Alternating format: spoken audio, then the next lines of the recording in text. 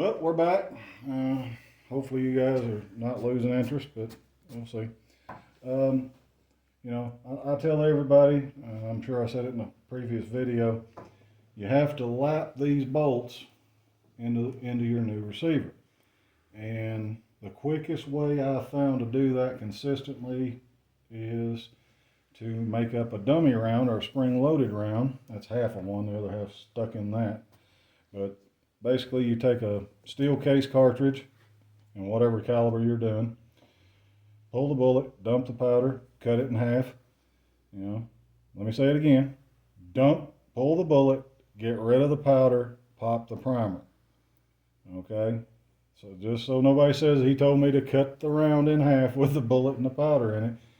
So you take a Dremel tool, cut off wheel, cut it in the middle.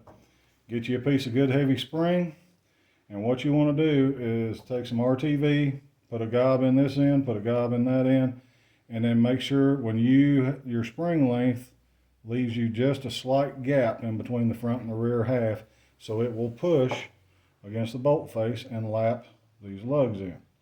Okay. The other part of this little trick is I just took an old scrap barrel and relieved the shoulder so I have some adjustment, which I'll show you why that's critical here in just a minute.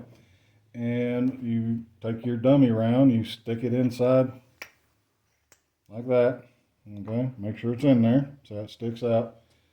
You want to screw that into your receiver.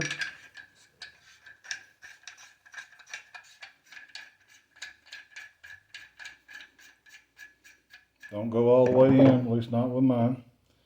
And I always put a little dicum, a little bluing, on the locking surfaces so I can see what kind of progress I'm making. And you want to test fit this before you polish. Make sure it closes. See how that doesn't close? Just back her out. Okay. Go in a little bit of tension, a little more.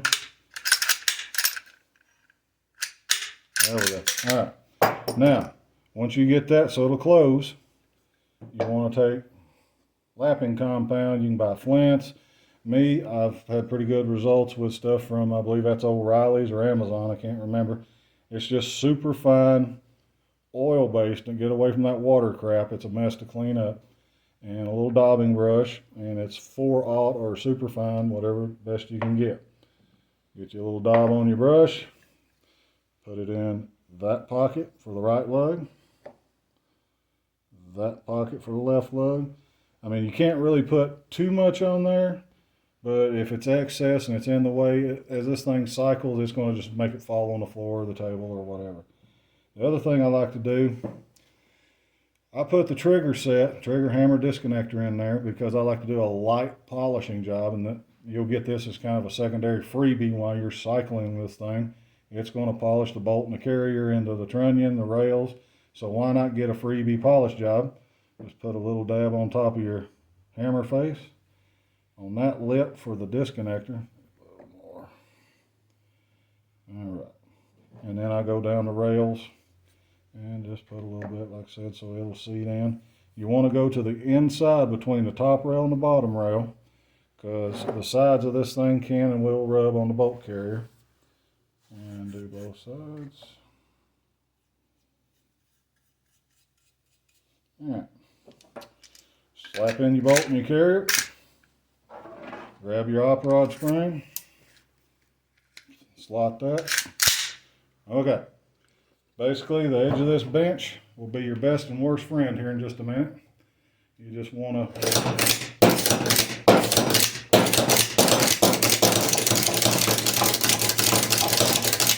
when you're doing that, you can actually hold it by the trigger housing, mag catch and trigger guard. And that's where you get your trigger polish. So,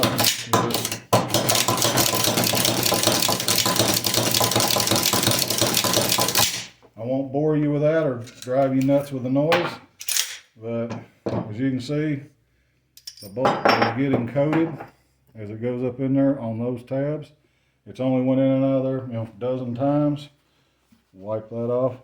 You can already see it's knocking off the dicum. It hasn't got it all off. It ain't fully seated yet.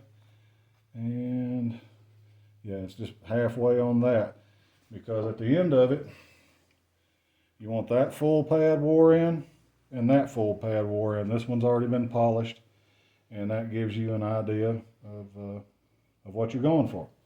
Okay.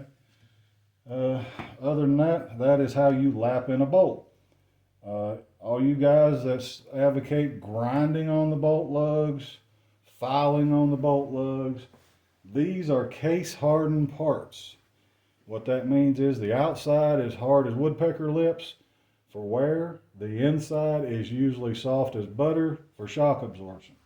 If you get rid of the woodpecker lips, it ain't real hard to knock his brains out because, you know, it's soft. It's going to mush up and cause problems with the bolt setting to the rear and opening up the headspace. So please do not grind on your bolts and cut metal off of it. You don't need to. This compound will do it fast enough for you on average. Now, like I said, if you got a 0-1 bolt or a 60 something bolt, you're probably going to be here a little longer. But I mean, what else you got to do?